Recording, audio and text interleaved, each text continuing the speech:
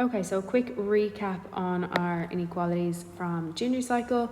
Remember your number systems, so N for natural numbers, Z for integers, or for real numbers. Since that, now that you're in higher level and leaving cert, we've also done other ones, so irrational numbers, rational numbers. But we are looking at this stage now just real numbers, natural numbers and integers, and how we plot them on a number line. Okay, so go back on our junior cert inequality videos if you don't remember that kind of stuff. Okay, this is something that you might have looked at junior cert, where if there's an inequality, we treat it the exact same as an equality, so an equation, except we just carry down this symbol instead of the equals. So whatever symbol is there, we just carry that down instead. The only time we don't just simply carry this down is if we multiply or divide across by a minus. Okay, so if I was looking at this and I was trying to get x on a side by itself, I would look and I would see, okay, so first I'll get rid of the 5. So I need to subtract 5 from the left, which means I need to subtract 5 from the right. Okay, so what I'll be left with here is a minus 2x, the exact same as if it was an equation. Okay, I carry down the sign, and then 11 minus 5 is 6. Okay, the only time that sign is not carried down is if I multiply or divide across by a minus. So here I had a minus, but it wasn't multiplying or dividing across. Okay, in the next step, if I want to get rid of the minus 2 that's multiplying, I'll do the opposite of multiplying, I will divide. Okay, so to get rid of the minus 2 that's multiplying, I'm going to divide by a minus 2. And now that I'm dividing by a minus 2, I have to do something with this sign. Because I'm dividing by a minus, the sign is going to change direction. Okay, and then I'll be left with x on a side by itself. And then 6 over minus 2 is minus 3. Okay, and x was a real number. So if I was looking at that on a number line, okay, and I had minus 4, minus 3, okay, from minus infinity all the way up to plus infinity. Okay, and x is greater than or equal to minus 3, and it's a real number. So because minus 3 is included, because it could be equal to minus 3, I'm going to put a circle on minus 3, and then everything greater than that, so everything to the right of that on the number line. Okay, all the way up to infinity. So to show that I'm continuing it up to infinity, I'm going to colour in that arrow there as well. Okay, this is another one that we have. Okay, this is kind of bringing it a bit more into leaving cert because we have some fractions involved, and it's just testing our understanding of fractions. Okay, you can ignore that x is an integer until the end when we look back on our answer. Okay, so I can ignore that for the moment, and I can just look at this and say, okay, if that was an equals there, how could I get rid of the fractions? Okay, if the fractions are the most confusing thing in the question, just get rid. How could I get rid of them?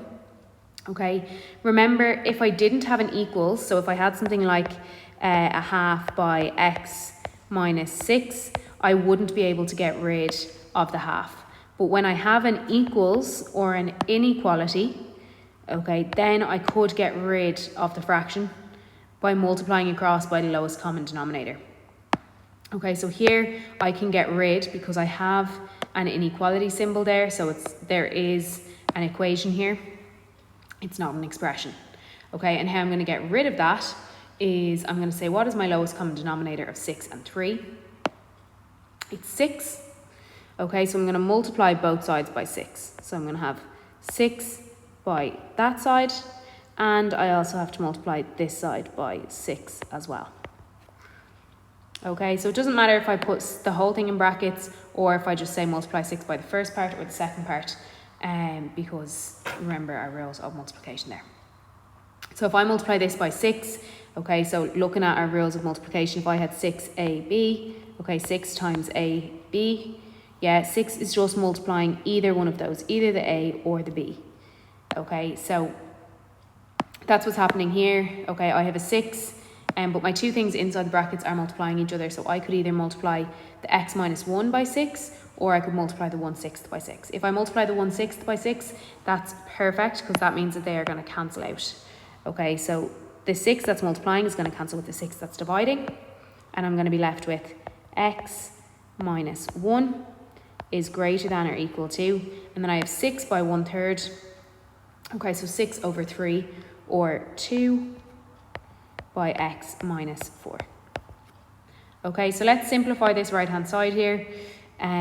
So let's expand out the brackets so that I have 2x minus 8. Okay, and then rearrange to get your x's on one side, numbers on another. Okay, so if I get the x's on the left, that means I have to get rid of this 2x on the right.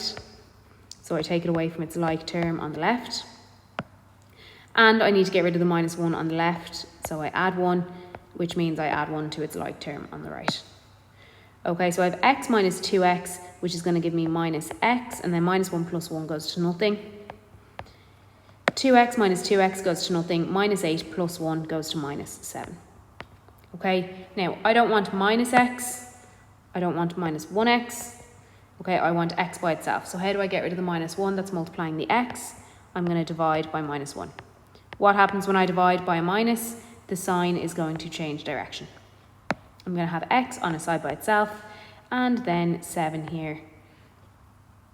Okay, don't forget x was an integer. Okay, so if I look at it on my number line, okay, the whole way from 8, 7, 6, 5, 4, 3, 2, 1, 0. Okay, I'm going to keep this going actually for a sec.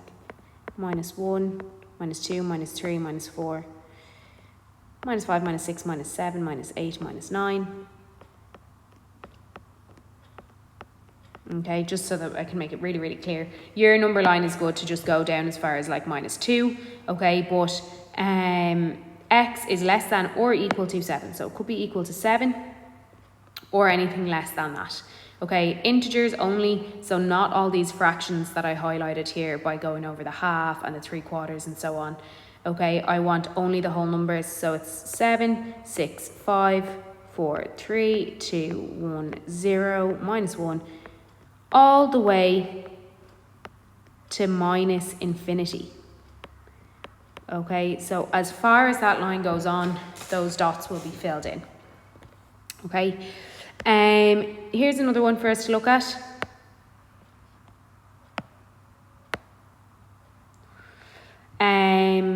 Here, instead of just having the left side of the inequality and the right side of the inequality, we have a left, a middle, and a right. This works out the exact same way as our other ones do, okay? But what we do to the middle, we have to do to the left and right, okay? So here, the most confusing thing in this is probably that there is a 5 that's dividing. So what I'm going to do is I'm going to multiply there by 5 to manage to get rid of that 5 that's dividing. Which means because I multiplied the middle by 5, I have to multiply the left and right by 5. Okay, so that 5 multiplying there will cancel with the 5 dividing there. And then if I do out my multiplications, I will have 5 by 3, which is 15, is greater than, I have 3 by x minus 2, so that's 3x minus 2 is greater than 5 by 0 is 0. Okay, now I am working to get x by itself in the middle. Okay, so if I'm getting x by itself in the middle, first thing I'm going to do is I'm going to get rid of the 2 that is subtracting. How do I do that? I add 2. So if I add 2 to the middle, I have to add 2 to the left and to the right. Okay, then when I do that, I'm going to get 17 is greater than 3x, which is greater than 2. Okay, and then I need to divide by 3.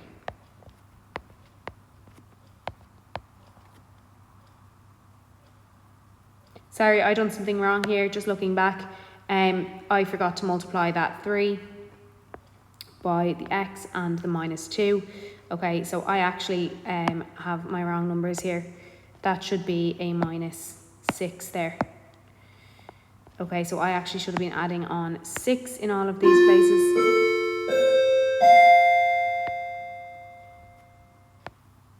Okay, so add 6 there in all of these places. So here we go.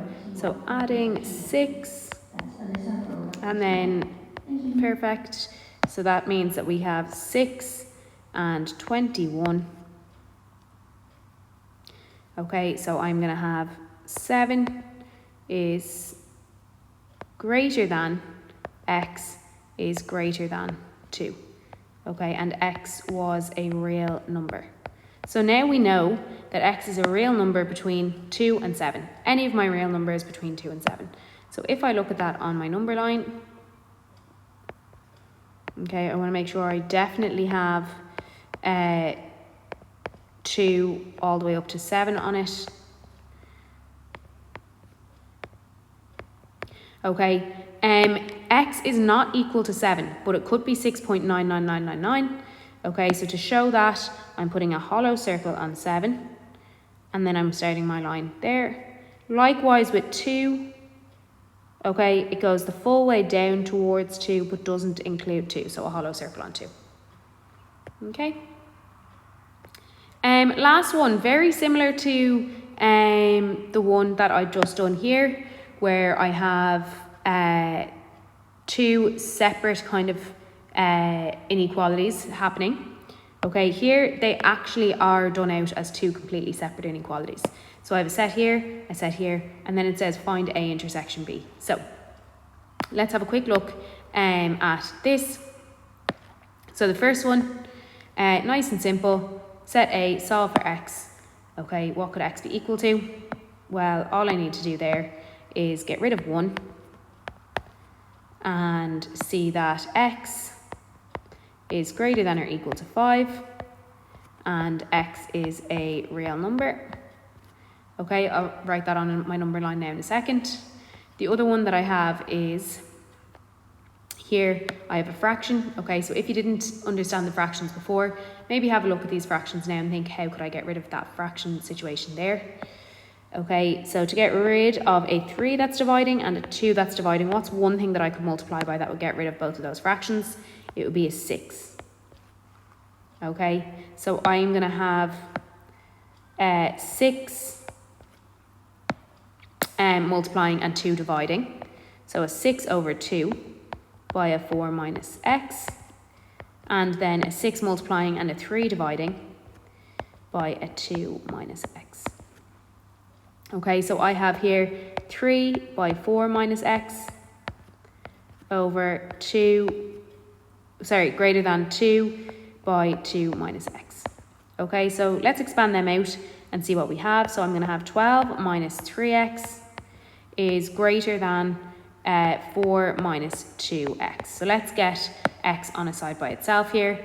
Okay, if I move the x's over to the left, so get rid of the 2x that was minusing by adding 2x, and if I move the numbers over to the right, so get rid of the 12 that was adding, then I will have minus x is greater than minus 8. Okay, now remember, what do I do here to get rid of the minus?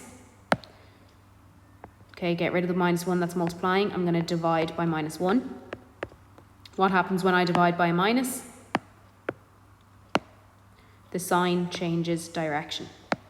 So it's going to be x is less than 8. Okay, and x was a real number. So those are my 2 sets. Let's have a look at the 2 sets as they would look on the number line. So let's see if that will make us a nice straight line. Okay, so if I go from, minus, let's say minus 1, 0, 1, 2, 3, 4, 5, 6, 7, so I didn't make this long enough.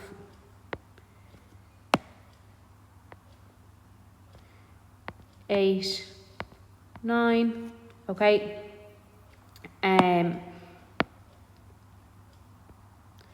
Just copy that and paste it here. Okay, so if I am looking at this here, x is greater than or equal to 5 and it's a real number, that means that x can be 5 and everything above it up until infinity. Okay, in set B, x is less than 8. So it's everything up until 8, excluding 8. So we use our hollow circle, and it's all my real numbers all the way down to minus infinity there. Okay, so the next part says find A intersection B. Okay, so find where they intersect. So if I look at A in red here, okay, it's from 5 upwards. And if I look at set B in blue, okay, it's below 8. Now, if you can imagine that, where, this is the art coming out now here, but where, if I was to draw those lines one on top of the other, would I have a purple? Okay, where do they both overlap on top of each other? Now I wonder, can I paste in? No. Okay, so where could I, yay, where would both lines end up overlapping? Okay, so from 8 down was set B, and 5, including 5 up, was set A. So where do they overlap is what the intersection is. Okay, so if I was to look at where they're overlapping, what would it look like, and exclude everything else? Okay, so it would look like, let's get a nice purple colour. From 5, including 5, up until, but excluding 8. Okay, so the parts where they overlap is the intersection there. Okay, so it's everything between from 5 and including 5. Sorry. From 5 and including 5, up until, but excluding 8. And x is a real number. Okay. If the signs, if I can put x in the middle here of something that it's less than and something that it's greater than, it's nice to put x in the middle and have the smaller one on the left and the bigger one on the right. Okay, there is some situations where if I have my number line, x isn't one simple line like this. Okay, it could be something more like up until, let's say, 1, and then from 4 up till infinity. Okay, see the way on that graph there, they look like 2 separate lines. It will also look like 2 separate inequalities if I was to actually write out what x could be there. Okay, so I would be saying x could be less than 1, less than or equal to 1. Okay, so x could be less than or equal to 1, and it's a real number. Okay, for the red, and for the blue, I could be saying that x could be greater than 4, and x is a real number. Okay, so see the way there, if I was to try and put x in the middle, what would happen is, well, it just wouldn't look right. Okay, so this is kind of a separate situation, but when we have an intersection, these ones didn't have an intersection between them. It was 2 separate inequalities. These ones had an intersection. They overlapped at some points. Then we can write them together as one nice inequality like this with x in the middle. Okay, I think that was the last question. So that's us done.